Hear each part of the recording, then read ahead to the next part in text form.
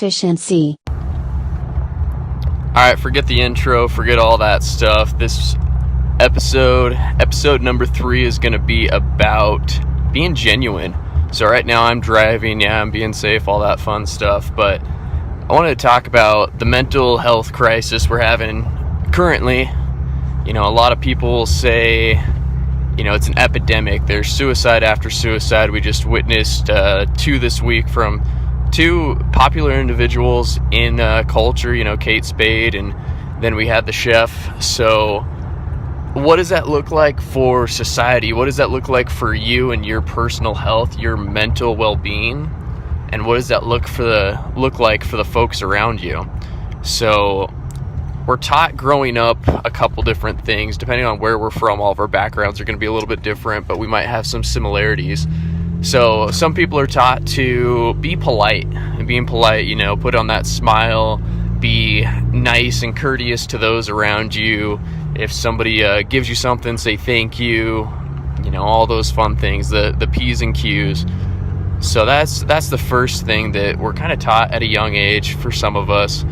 The next one is, a lot of people end up learning through experience. Another experience is, whether it's parents or peers, whoever raised us or influenced us, they taught us through action. There's a lot to be said about action, more so than words. I think words at some point have an effect where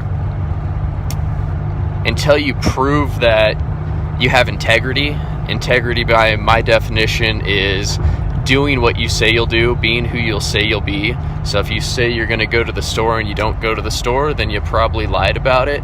That's probably a bad example because, obviously traffic, whatever, something could come up. But if you say you're not going to cheat on your spouse or your significant other, then you do.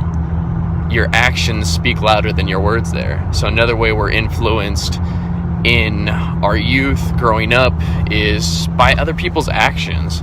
So when we're talking about people being polite, people being influenced by actions, I think we lose a sense of ourself when we're out there. And maybe you can relate to this, maybe you can't. But if we're putting on a smile and saying thank you because that's what we've seen or heard or have been told to do. So if we're only looking to benefit ourselves rather than benefit others, we're going to be called selfish. If we're looking to benefit others but not ourselves, we're looking to be selfless. Either way, we're going to burn out in the end. The reason for that is if we're only helping ourselves, nobody else is going to want to be around us and help us when times get tough and we do need somebody else's help. But if we're only helping others, we're going to neglect ourselves and burn out ourselves. So those are some things to consider. But with today's big mental health crisis, the suicide epidemic, whether it's just seeing all of these actions on TV and it almost has that culture or that persona. I use the example of the school shootings. So, the first one, again, until the first school shooting, Columbine, the first major one happened, there weren't many school shootings, if at all. And then after they became publicized, that was a big deal, obviously.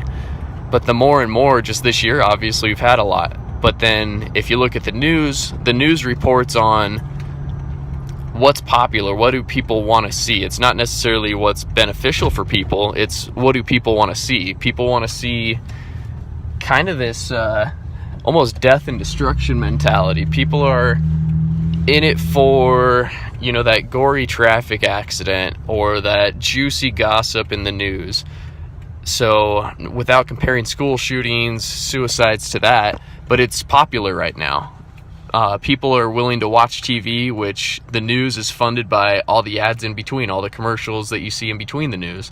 So if they're able to get more viewers for those ads, they're able to sell those ad spaces for more and more money. So if suicide becomes profitable for news and mass shootings become profitable for news, they're going to keep showing them. So what does that say about us as a culture? Well, taking a step zoomed in on ourselves, what does that mean for me as a person? That means me as a person, we're going to have almost some conflicts. We're being influenced by what we watch. We're being influenced by the people around us. Whether it's my personal choice or not, we're going to become influenced. We can turn off the TV, we can be selective of who we're around, but at some point we're going to have to leave the house and be around people. I forget the statistic, but between radio ads, billboards, TV, all that, even cars, they all have their branded and wrapped advertisements these days. So we're able to be influenced by the things around us, whether we want to or not. We can close our eyes, we can shut off our ears, but in reality, that's not something many people are intentional about. So if we're being subconsciously influenced by the suicide and mass shooting epidemic, what does that look like for ourselves? So at some point, we either have to do a very brutally honest self-reflection of ourselves, of our own mental health, what's influencing us, and how we're reacting and how we're actually doing because of that. Some people can do that. Being brutally honest for myself is super tough. I end up judging myself, whatever that is. It ends up being almost a negative experience, and then I end up not liking to do it. So one of the things that I do for myself is I'll journal, I'll write things down. I use Evernote to just jot down some thoughts. Sometimes they turn into blogs, now they're turning into podcasts. So being able to get that stuff out, whether it's our feelings, our emotions, or even just our thoughts, if they begin to swirl and just keep being chewed on in our minds but never get digested, that leads to confusion, that can lead to depression. For me, the definition of depression is just being stagnant. You don't have that motivation to change. You might know that you want to be somewhere different, but you don't have the motivation to change. I want to say that most people that have depression are courageous. They know where they want to go. They want to get there. They're battling, they're struggling, they're not just giving up. But if we're looking at media and how that influences, like we were just talking about, if we're getting all these negative influences and we're already in a battle, we're already courageous, but we see people around us saying, hey, it's okay. And I'm never going to encourage suicide. I'm going to give you guys a very strong disclaimer. If you guys have thought about suicide, thought about taking your life, it's okay. There's people out there that have thought about it. There's people that have tried it and it hasn't been successful. But that's my warning, is get out there and seek the help. I know you're out there trying. I know you're out there doing your best. You're being courageous, but sometimes you need that outside help. And sometimes that help is only from a medical professional, a licensed therapist, counselor. Yeah, sure, there can be stigmatisms attached to that. There can be that certain persona that, oh, I'm crazy if I have to go see a therapist or whatever. Well, those stereotypes need to end, and we need to start taking care of our mental health and take care of our well-being in general seriously. We got to take that seriously and do something about it. So sometimes it's all it takes is a trusted friend. Reach out, be with somebody that's not going to judge you, somebody that will just simply be a mirror and reflect back, hey, yeah, I've felt that way too before. I've thought those things too. Maybe I haven't thought those things, but I want to hear you and understand you. So that's, a good trusted friend that's not going to judge you, a medical professional, a therapist, a counselor, but reach out. The sad fact is most people, I don't think, go into life and spend most of their life thinking, well, I'm just going to end up killing myself and, end all the suffering that I'm going through. I don't think anybody has that plan. It's battling, being courageous, seeing everybody around you, saying, hey, it's okay to, take my own life and end the suffering. Now, without sparking too many moral dilemmas and battles there, we're going to keep it on the subject. I want to see anybody listening to this, if they need any help, reach out. As a certified life coach, I'm a listening ear. I'm a trained professional in the sense that if you need somebody to listen to you without judging, I'll be that mirror. I'll reflect back. Here's what I'm hearing. No judgment. If you have goals that we can attach to that, and sometimes a goal of feeling better, it just needs to be said and then measured.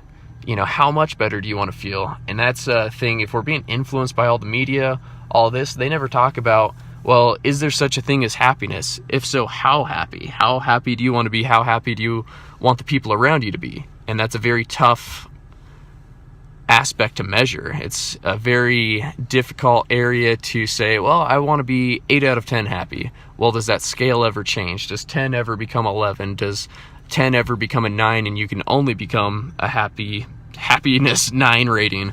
And that, I think, can be a battle again if we're talking about depression. Is, well, maybe your scale shrinks. Maybe you can only be happy of a 5 today. But being able to recognize that, be brutally honest with yourself, be okay with where you're at, but also find that motivation and courage to keep moving forward regardless of how you feel. If you can only be happy of a scale of 0 to 5, 5 being super happy, well, then be a 5 today. Shoot for growth. If you're at a 0 right now, shoot for a 1 tomorrow. But that's the thing. I think emotions are out there for a reason. I think we grow because of them. Everybody talks about, oh, negative emotions, all this and that. Well, negativity, it is energy. We can use that negative energy to move forward.